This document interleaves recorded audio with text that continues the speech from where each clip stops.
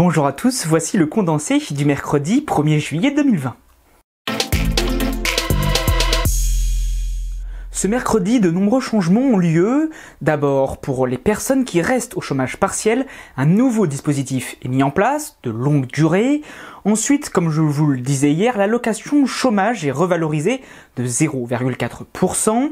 Pour les impôts, les amendes ou encore les factures, il est maintenant possible de payer directement dans les bureaux de tabac pour tous les Français.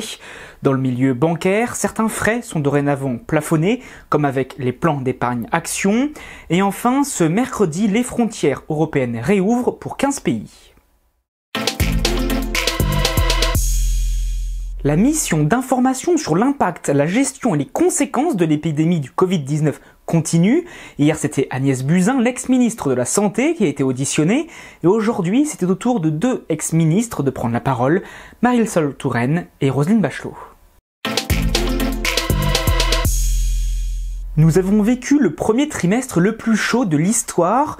Météo France a dévoilé des données aujourd'hui et nous avons eu en moyenne 1,5 degré de plus, ce qui nous fait des températures moyennes nationales de 12,5 degrés.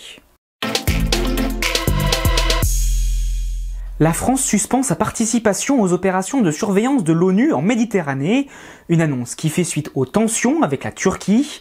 Cette mission permet notamment de contrôler l'embargo en Libye.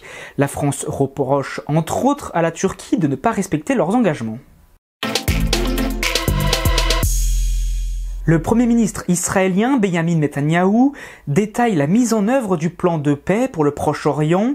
Celui-ci avait été présenté par le gouvernement américain en début d'année.